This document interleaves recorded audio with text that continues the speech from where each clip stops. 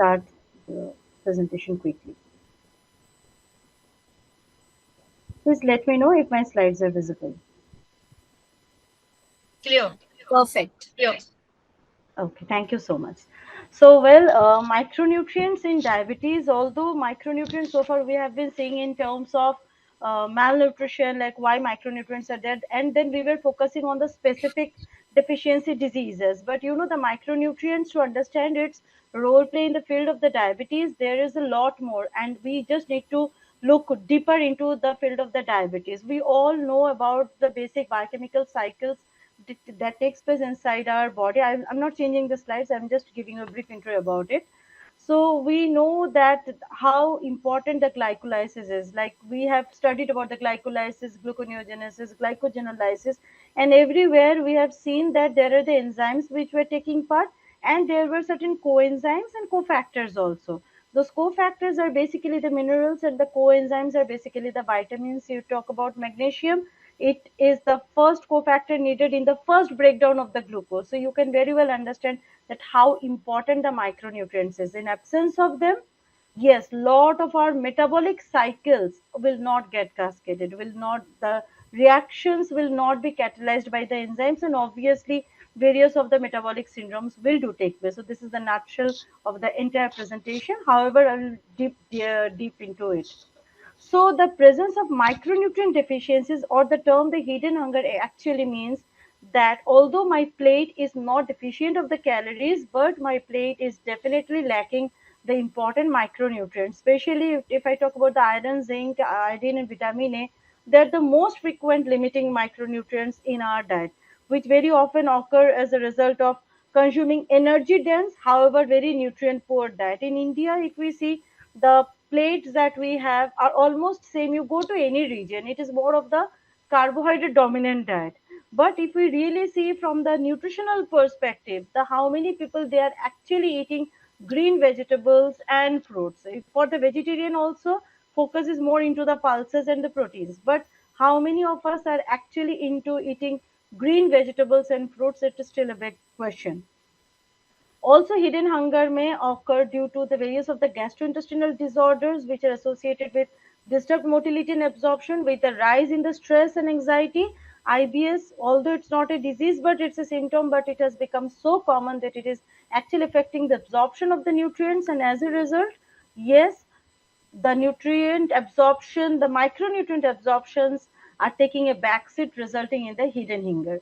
Talking about the prevalence, it affects about 2 billion people worldwide, particularly in the low and the middle income countries.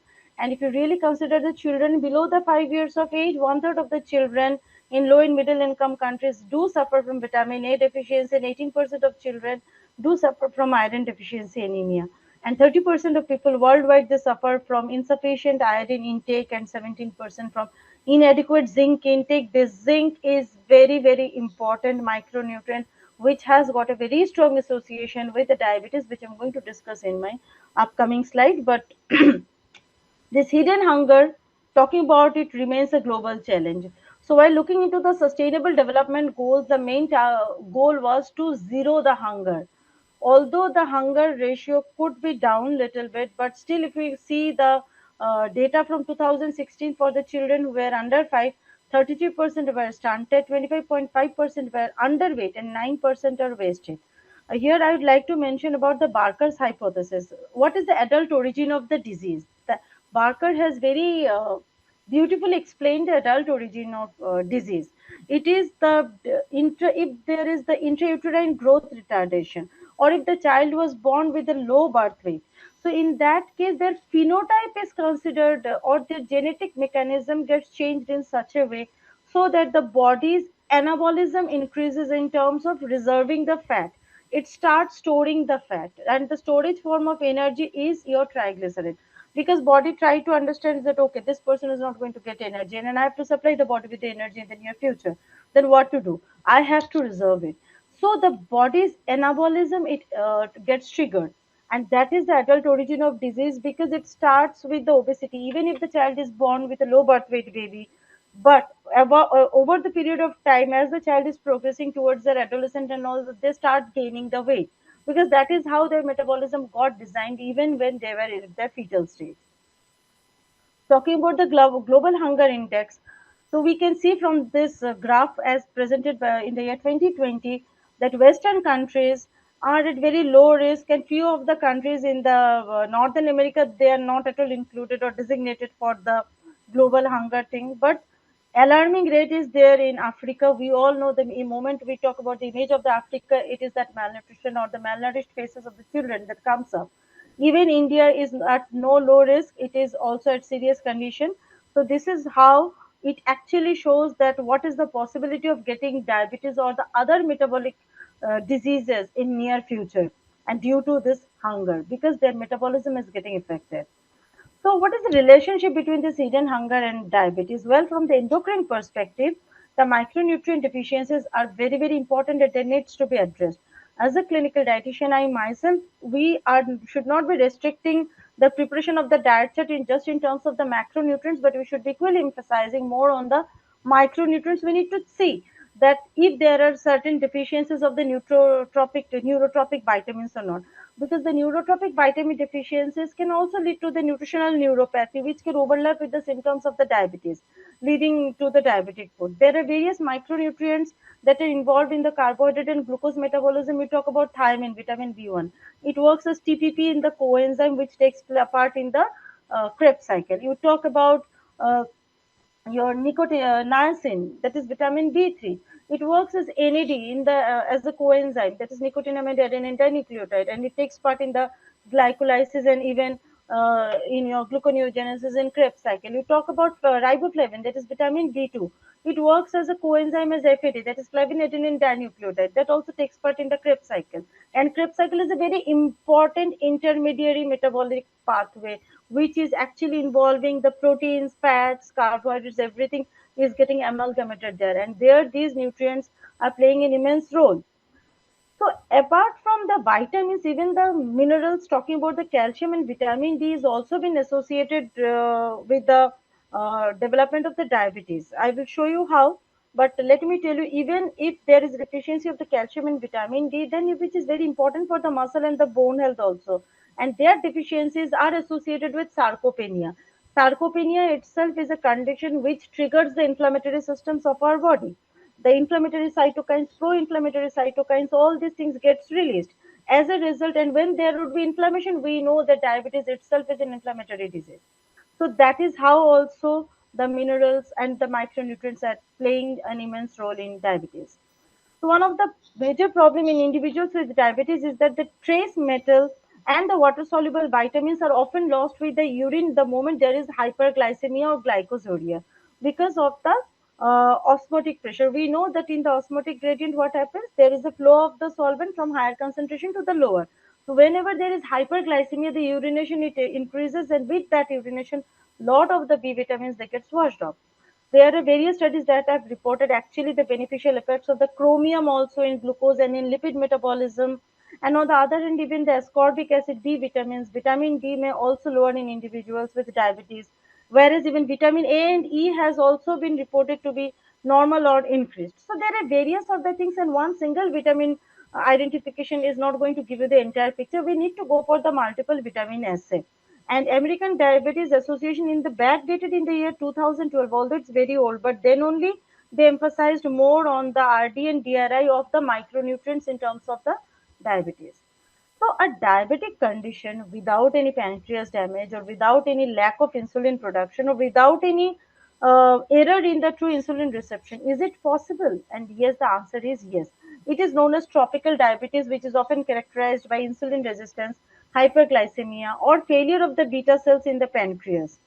So such patients are extremely lean, young, hyperglycemic. But in contrast to IDDM, they do not have any ketonuria, and they require comparatively very higher doses of insulin to control their blood sugar.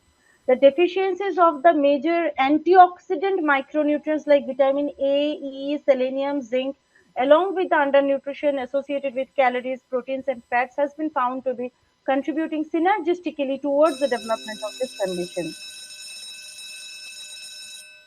So malnutrition in itself is without deficiency of other micronutrients initiates and functional impairment of the pancreas in various forms. I'll just take some more time. So if there is the micronutrient deficiencies, then there is an exocrine injury or the ductal damage, which will alter the exocrine secretion activity, which will further damage the beta cells of the islets of Langerhans. And this damage may also dilate the duct that results in the calcium precipitation, which will form the calculi, and that is going to obstruct the passage and release of the hormones.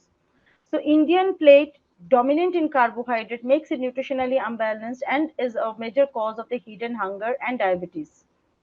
And each dish, if you can see, it contains the same calories, but it is the rice is just containing carbohydrates, whereas in the right hand of side, that is containing more of the micronutrients. So we need to change, or there has to be shift in the type of plate that we are taking.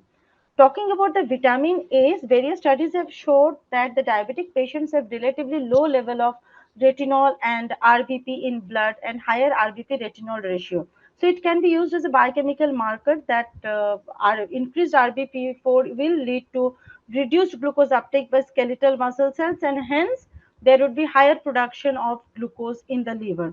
So this was one study, as you can see, that the younger diabetic people have had a normal retinol but lower carotene and RBP level, whereas the old age diabetic people had a lower plasma level of vitamin A and carotene. Talking about the vitamin D and calcium, they do develop the risk of type 2 diabetes mellitus, and as a result, that various risk of neuropathy, retinopathy, and coronary heart diseases also increases.